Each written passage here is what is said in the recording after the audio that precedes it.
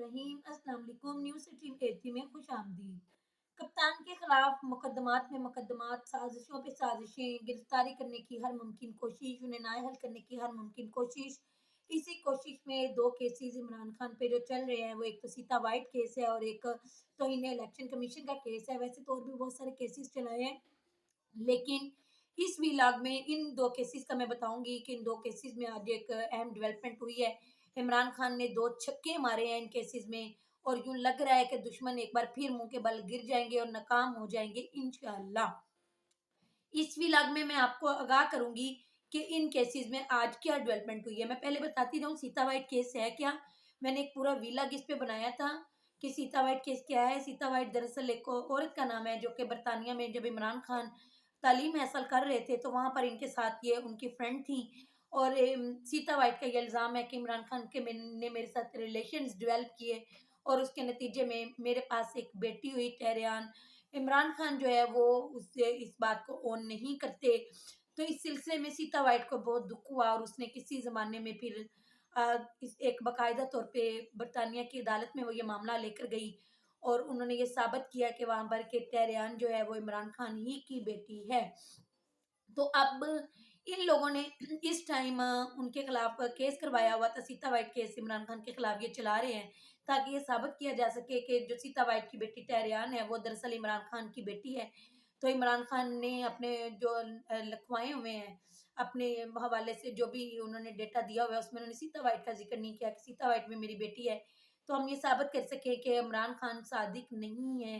تو ظاہر ہے آئین کے مطابق جو صادق نہیں ہے وہ عہدہ نہیں سنبھال سکتا، اسے نااہل کر دیا جاتا ہے، تو یہ عمران خان کو نااہل کرنے کے لیے ایک سازش ہے۔ تو سیتا وائٹ کیس چل رہا ہے، اور تو عمران خان نے آج اس حوالے سے اسلام آباد ہائی کورٹ میں اس کا تحریری جواب جمع کروایا ہے۔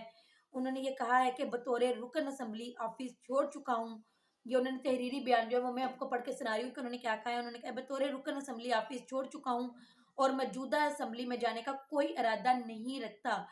پبلک آفس ہولڈر رہا ہی نہیں، اس لیے نااہلی کی درخواست قابل سماعت نہیں رہی۔ اسلام آباد ہائی کورٹ میں اسلام آباد ہائی کورٹ اس درخواست کو سن ہی نہیں سکتا۔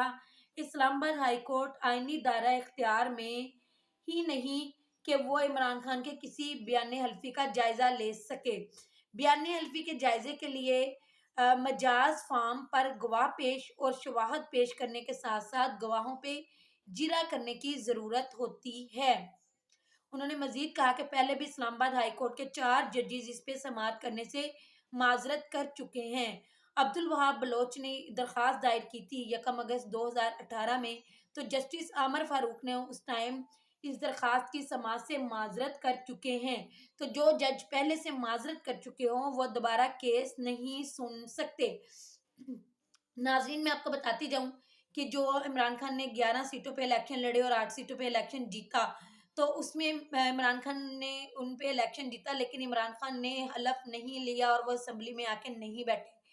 تو جتانے کا مقصد یہ الیکشن کمیشن آف پاکستان کا یہ تھا کہ عمران خان دوبارہ اسمبلی میں آئیں، یہ کیسز ہم نے کیے ہوئے ہیں، ان میں عمران خان کو ہم نااہل کریں۔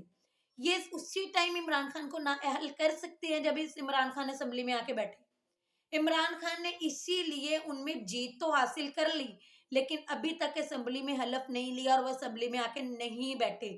تو ابھی جب عمران خان اسمبلی میں بیٹھے ہی نہیں تو کس طرح عدالت انہیں نااہل کر سکتی ہے؟ تو اس حوالے سے یہ جو کیس ہے وہ اسی طرح ہی قابل سماعت نہیں رہتا، کیونکہ وہ پبلک آفس ہولڈر ہی نہیں، وہ اسمبلی میں بیٹھے ہی نہیں۔ تو کس حوالے سے یہ ثابت کرنا چاہ رہے ہیں کہ وہ صادق ہے یا نہیں ہے، وہ اہل ہے یا نہیں ہے؟ تو اس لیے یہ کیس اب بنتا ہی نہیں ہے۔ تو یہ عمران خان کی طرف سے آج ایک بڑا اچھا جواب سامنے آیا ہے۔ دوسرا کیس جو ہے وہ توہین الیکشن کمیشن کا ہے۔ یہ 3 لوگوں پہ کیس کیا گیا ہے، ایک تو عمران خان ہے، فواد چودھری ہیں اور تیسرے اسد عمر ہیں۔ ان تینوں کے خلاف توہین الیکشن کمیشن کیس ہے، اور اس پہ گرفتاری کا وہ اندیہ بھی دے چکے ہیں کہ ہم عمران خان کو اشتہاری بھی قرار دے سکتے ہیں اور گرفتار بھی کر سکتے ہیں، کیونکہ یہ تینوں لوگ سماعت پہ نہیں آ رہے۔ عمران خان تو اس لیے نہیں جا رہے کیونکہ ان کے ٹانگ زخمی ہیں اور وہ حاضر ہونے سے قاصر ہیں۔ تو فواد چودھری پہلے تو شہر سے باہر ہوتے تھے، اسد عمر بھی شہر سے باہر ہوتے تھے، بعد میں فواد چودھری کو گرفتار کر لیا گیا۔ وہ جو معاملہ ہے وہ آپ کے سامنے ہے۔ تو اس حوالے سے بھی آج عمران خان اور فواد چودھری کی طرف سے اعتراضات اس کیس کے حوالے سے جو بھی اعتراضات ہیں انہوں نے وہ تمام اعتراضات بذریعہ وکیل کمیشن کو جمع کروا دیے ہیں۔ وہ اعتراضات ناظرین بہت اہم ہیں۔ یہ اعتراضات عمران خان اور فواد چودھری کی طرف سے ایڈوکیٹ فیصل چودھری نے جمع کروائے۔ ان میں سے پہلا اعتراض تو یہ ہے کہ توہین عدالت آرڈیننس کے مطابق جس ممبر کی توہین کا الزام ہو وہ اپنے کیس کی سماعت میں نہیں بیٹھ سکتا۔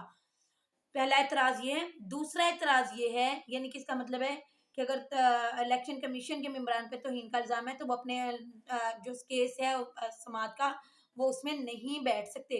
دوسرا الزام یہ ہے کہ توہین کمیشن نوٹس میں کہا گیا ہے کہ کمیشن اور ممبران کی تضحیک کی گئی اور انہیں بدنام کیا گیا۔ اس کیس میں تمام ممبران متاثرہ فریق ہیں۔ ممبران الیکشن کمیشن اس کیس میں بطور فیصلہ کنندہ نہیں بیٹھ سکتے، یعنی کہ وہ فیصلہ کرنے والے کے طور پہ یا جج کے طور پہ کمیشن میں اس کیس میں نہیں بیٹھ سکتے۔ الیکشن کمیشن ممبران کے اوپر ایک رکاوٹ ہے۔ کیس میں شفافیت لانے کا تقاضا ہے کہ ممبران خود کو اس بینچ سے الگ رکھیں۔ یہ بڑا ویلڈ پوائنٹ اٹھایا گیا ہے۔ یہ اپنے کیسز خود ہی لڑتے ہیں، خود ہی فیصلے کرتے ہیں، خود ہی کیسز بناتے ہیں، پھر خود ہی ان کے فیصلے کر رہے ہیں الیکشن کمیشن، اور پھر یہ کہتے ہیں ہمیں بائسڈ نہ کہو۔ تو پھر عمران خان کا جو الزام ہے وہ ہر موقع پہ آ کے ثابت ہو رہا ہے کہ یہ واقعی بائسڈ ہے۔ جس طرح بھی آپ نے دیکھا کہ چودھری وجاہت کو جس طرح سے انہوں نے جب پارٹی کی قافلے کی صدارت سے ہٹا کے دوبارہ چودھری شجاعت کو صدر مقرر کیا، ہر فیصلہ جو ہے وہ عمران خان کے خلاف جا رہا ہے، اینٹی پی ٹی آئی جا رہا ہے، اور پھر یہ کہنے ہیں ہمیں باعث نہ کو۔ تو یہ آج بڑے دو ویلڈ اعتراضات جو ہیں وہ پی ٹی آئی کی طرف سے عمران خان اور فواد چودھری نے، یہ ان کے وکیل نے بڑے ویلڈ اعتراض اٹھائے ہیں کہ اگر پہلے تو یہ کہ جس ممبر کی توہین ہوئی ہے اس کا کیس کی سماعت میں کوئی کام نہیں ہے، وہ کیس کی سماعت میں کیوں بیٹھا ہوا ہے۔ دوسرا یہ کہ آپ یہ کہہ رہے ہیں کہ ہم نے ممبران کی تضحیک کیا، انہیں بدنام کیا، اور وہی ممبران جو ہیں وہ ادھر ہمارا فیصلہ کرنے کے لیے بیٹھے ہیں، تو ظاہر ہے وہ کس طرح سے شفاف فیصلہ کر سکتے ہیں؟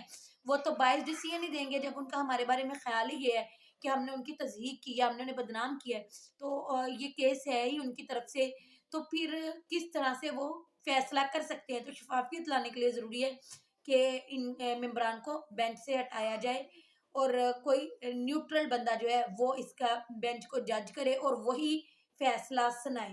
تو یہ دو اہم ڈیولپمنٹس ہوئی ہیں، یہ دو عمران خان کے بہت بڑے چھکے ہیں جو انہوں نے مارے ہیں، اور اب تک کے لیے اتنا ہی۔ نیکسٹ ولاگ میں انشاءاللہ پھر ملاقات ہوگی۔ اللہ تعالیٰ آپ کو ایمان والی صحت والی زندگی عطا فرمائے۔ اللہ حافظ۔